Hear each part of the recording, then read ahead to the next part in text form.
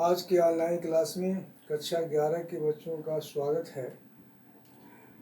कक्षा 11 के कक्षा 11 में हम लोगों ने शिक्षा का अर्थ, परिभाषा, उसकी महत्ता इत्यादि के संबंध में जानकारी प्राप्त किए थे। आज प्रश्नोत्तरी सीरीज श्रृंखला 1 के नाम से शुरू कर रहा हूँ, जिसमें जो महत्वपूर्ण प्रश्न है लेसन 1 का, जो फर्स्ट पार्ट है लेसन 1 का, महत्वपूर्ण प्रश्न के बारे में जानकारी दी जाएगी। जैसे शिक्षा एक द्विमुखी प्रक्रिया है। यह किसने किया प्रश्न है? शिक्षा एक द्विमुखी प्रक्रिया है। यह स्टेटमेंट या कथन किसका है? यह जॉन एडम्स का है। यह इनकी जॉन एडम्स हैं, शिक्षा को द्विमुखी प्रक्रिया माने हैं। जॉन एडम्स जो है शिक्षा को द्विमुखी माने हैं। द्विमुखी बाइपोलर प्रोसेस है। इनकी किताब है, बुक है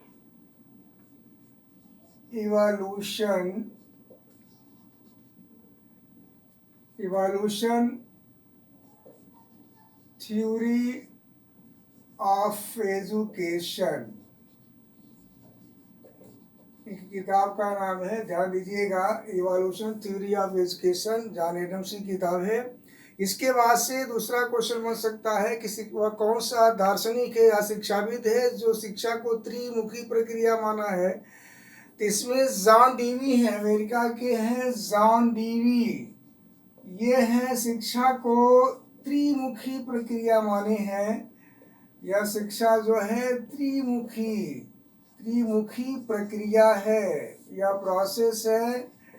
यानी त्रिमुखी प्रक्रिया, यानी शिक्षक कह सकते हैं, या शिक्षक होता है, शिक्षार्थी होता है और पाठ्यक्रम, इनके बीच पाठ्यक्रम होता है या करिकुलम होता है। इन तीनों के बीच अंतःक्रिया चलती है।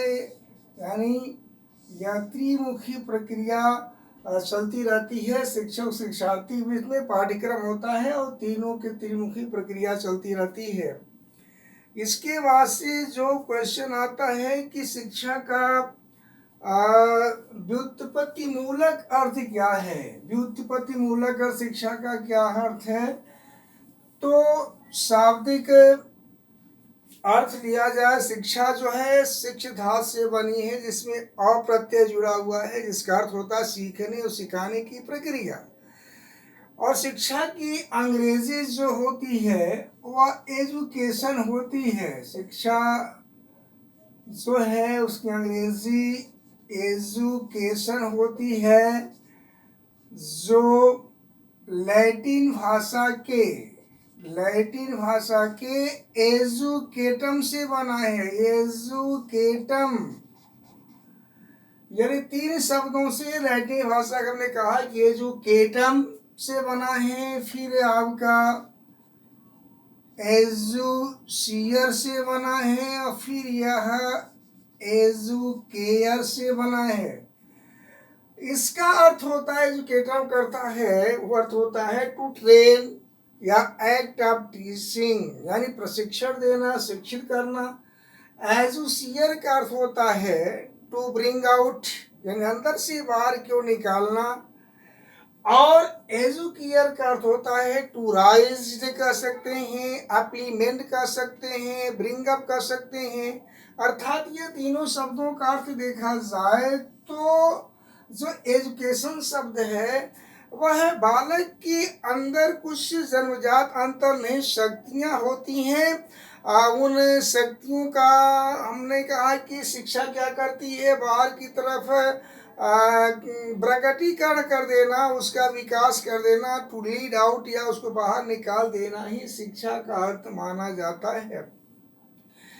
अब यहाँ बात आती है कि शिक्षा के जो आपके जो साधन है, रूप है, जो विभिन्न रूप बनाए गए हैं, इसमें 2 तरह की हैं, औपचारिक और अनौपचारिक साधन। या ज़्यादा महत्वपूर्ण अक्सर पूछा जाए शिक्षा के औपचारिक साधन या उसकी कौन कौन सी उसकी संस्थाएं हैं या अनौपचारिक साधन उसके कौन कौन से जो मीन्स हैं, ये इसके बारे में चर्चा की जाती है। शिक्षा की औपचारिक साधन, औपचारिकता से, औपचारिक अर्थ से तात्पर्य यह लगाया जाता है कि शिक्षा जो होती है उसको हम नियमित कहते हैं, सांविधिक शिक्षा भी कहते हैं। उसके लिए एक समयबद्ध योजना पहले से बना ली जाती है, उसके लिए एक निश्चित कार्यक्रम बना लिया जाता है, निश्चित वादन उसके लिए होता है, निश्चित समय सारणी होती है और पाठ्यक्रम होता है और शिक्षा प्रदान की जाती है। जैसे इसके जो मेन साधन हैं, विद्यालय है, संग्रहालय आपका है, पुस्तकालय है या विभिन्न प्रकार की किताबें हैं, वह शिक्षा के औपचारिक साधन में आते हैं। दूसरे तो अनौपचारिक साधन जो है, यानी उसके लिए कोई औपचारिकता पूरी नहीं की जाती, उसके लिए कोई निश्चित समय नहीं होता, कोई पाठ्यक्रम निश्चित नहीं होता, उसके लिए कोई समय सारणी नहीं होती, उसके लिए कोई प्रमाण पत्र नहीं दिया जाता, अपितु बालक हर जगह वह सीखता रहता है। जैसे वाइड हेड है कि विद्वानों ने कहा, शिक्षा जो होती है, जो शिक्षा का अनौपचारिक साधन है, बालक क्षण प्रतिक्षण, घड़ी घड़ी, दिन प्रतिदिन करके विकास के आधार पर धैर्य पूर्वक सीखने की प्रक्रिया है।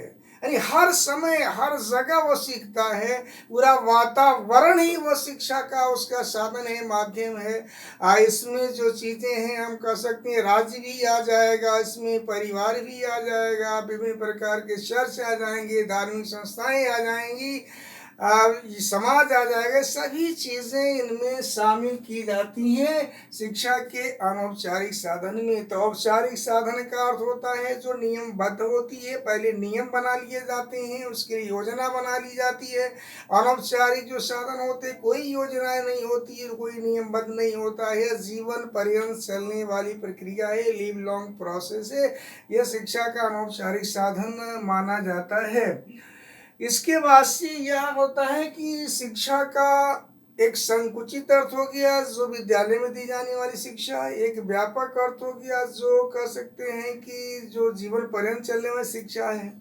लेकिन संकुचित अर्थ में जो बालक होता है वह कह सकते हैं कि वह उसकी स्वतंत्रता एक तरह से बाधित होती है, और व्यापक अर्थ में वह निर्बाध रूप से वह विबंधन रहित शिक्षा प्राप्त करता है। तो यह दोनों शिक्षा का वास्तविक रूप नहीं हो सकता है। वास्तविक रूप यह हो सकता है कि बालक कहीं संकुचित अर्थ में रहे, कहीं वह व्यापक अर्थ में शिक्षा ग्रहण करे। और इसके लिए जो है आपकी रेमंड की परिभाषा जो है सबसे महत्वपूर्ण मानी जाती है। उन्होंने कहा शिक्षा विकास का वह क्रम है जिसमें मानव या व्यक्ति अपने को आवश्यकता अनुसार भौतिक, सामाजिक और आध्यात्मिक पर्यावरण के अनुकूल बना लेता है। यानी सभी चीज़ें उसमें समाहित हैं। औपचारिक भी है शिक्षा का, संकुचित अर्थ भी है, अनौपचारिक साधन भी है। वह सारी चीज़ें उसको हर जगह से उसको कुछ न कुछ ज्ञान मिलता है, उसकी बौद्धिक क्षमता बढ़ती है, इंक्रीज होती है। तो आज की ऑनलाइन क्लास में प्रश्नोत्तरी सीरीज फर्स्ट में आज इतना ही। फिर अगले प्रश्नोत्तरी सीरीज में आपको अन्य क्वेश्चन या प्रश्न का जवाब दिया जाए।